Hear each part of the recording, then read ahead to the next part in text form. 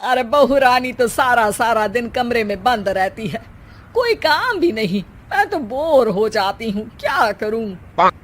तभी मीना की सहेली रीना उससे मिलने आती है। अरे मेरे घर का भी यही हाल है। बेटा ऑफिस और बहू कमरे में बंद, समय काटे नहीं कटता। लेकिन अब सच मानो तो वक्त ही नहीं है कि वक्त से रोटी भी खा लूं। अरे बहन, मुझे भी बता दे कौन सा जादू चलाया है। मैं भी अब जिंदगी के बचे कुचे दिन आराम से काट लूं। दीवारें देख देख कर तो बोर हो गई हूँ मैं। रीना मीना को एक स्मार्टफोन देती है। ये ले, ये है वो छड़ी जो जादू करती है।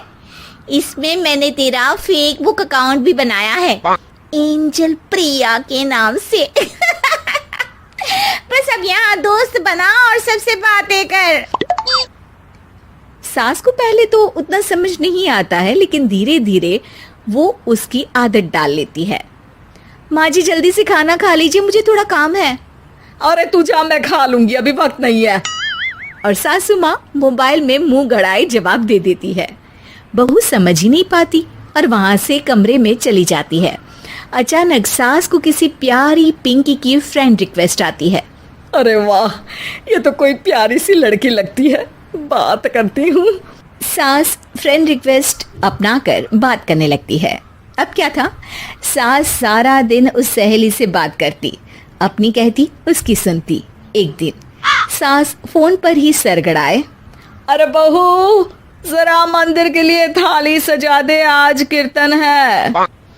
बहू फोन पर किसी को मैसेज टाइप करते कहती है, माँ जी क्या है, अब मुझे क्या पता कि आपको कौन कौन से भगवान की पूजा करनी होती है। तभी सास के पास कोई मैसेज आता है। अच्छा अच्छा ठीक है, रहने दे, मैं ही कर लूंगी। अब मैंने मना थोड़ी ना किया है, कर देती हूँ मैं। अब मैंने भी बोला ना कि थोड़ी देर में बात करती हूँ, तो मैं ही कर लेती हूँ, तू जा अपने कमरे में।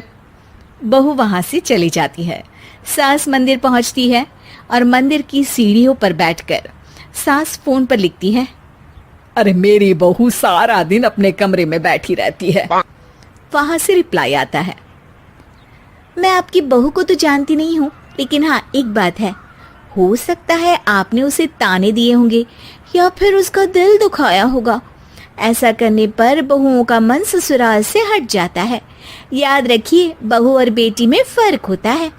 सास घर जाती है और बहू से बड़े ही प्यार से बात करती है, उसके लिए खाना बनाती है, उसे गिफ्ट में साड़ी भी देती है। जिसके बाद अगले दिन, माँ जी चलिए, आज मैं भी आपके साथ मंदिर चलती हूँ, आते वक्त भोले भैया के गोलगप्पे खाकर आएंगे।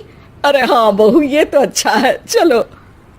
सास मन में सोचती है कि उसकी फेक बुक वाली दोस्त कितनी अच्छी है।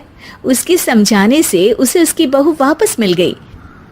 वो बहू को अपनी दोस्त के बारे में बताने का सोचती है, लेकिन फिर चुप हो जाती है।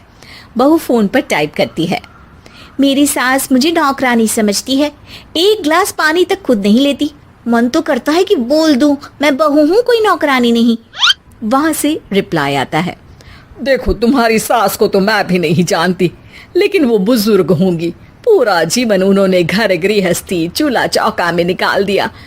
और फिर तुम ये भी मत भूलो कि जिस पति पर तुमको इतना गर्व है, उसे भी शिक्षा उन्होंने ही दी है।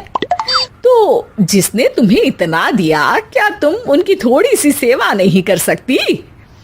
बहू भी अगले दिन से सास का सारा काम करती, उनके पैर दबाती, उनका ख्याल रखती, उनके साथ घूमने जाती।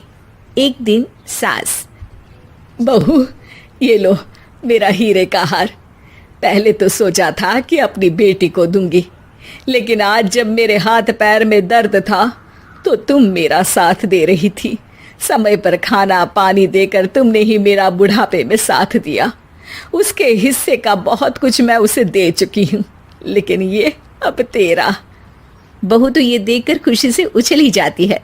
वो सास को गले लगाकर कहती है, माँ जी आज सच में बहुत अच्छी है। भला हो उस एंजल प्रिया का जिसने मुझे आपसे वापस मिलवा दिया, वरना मैं तो हमेशा आपको गलत ही समझती। मैं तो सोचती थी काश वो एंजल प्रिया मेरी सास होती। क्या नाम लिया बहू? एंजल प्रिया तेरी फेक बुक फ्रेंड है? हाँ माँ जी, वो बहुत अच्छी है। उन्होंने ही मुझे बताया कि सास की कीमत क्या होती है। अरे बहू, कहीं तू प्यारी पिंकी तो नहीं? जी माँ जी, मैं ही हूँ प्यारी पिंकी। क्यों? सास बहू को गले लगाकर कहती है। मैं भी यही सोचती थी कि काश प्यारी पिंकी मेरी बहू होती। शुक्रिया बहू। सासू माँ, शुक्रिया तो हम दोनों को फेसबुक और सोशल मीडिया का करना चाहिए, जिसने हम दोनों को एक दूसरे से दिल से मिला दिया। अब तक दोनों को समझ आ गया था कि जो खुशी वो बाहर ढूंढ रहे थे, सच में तो वो उनके घर में ही थी।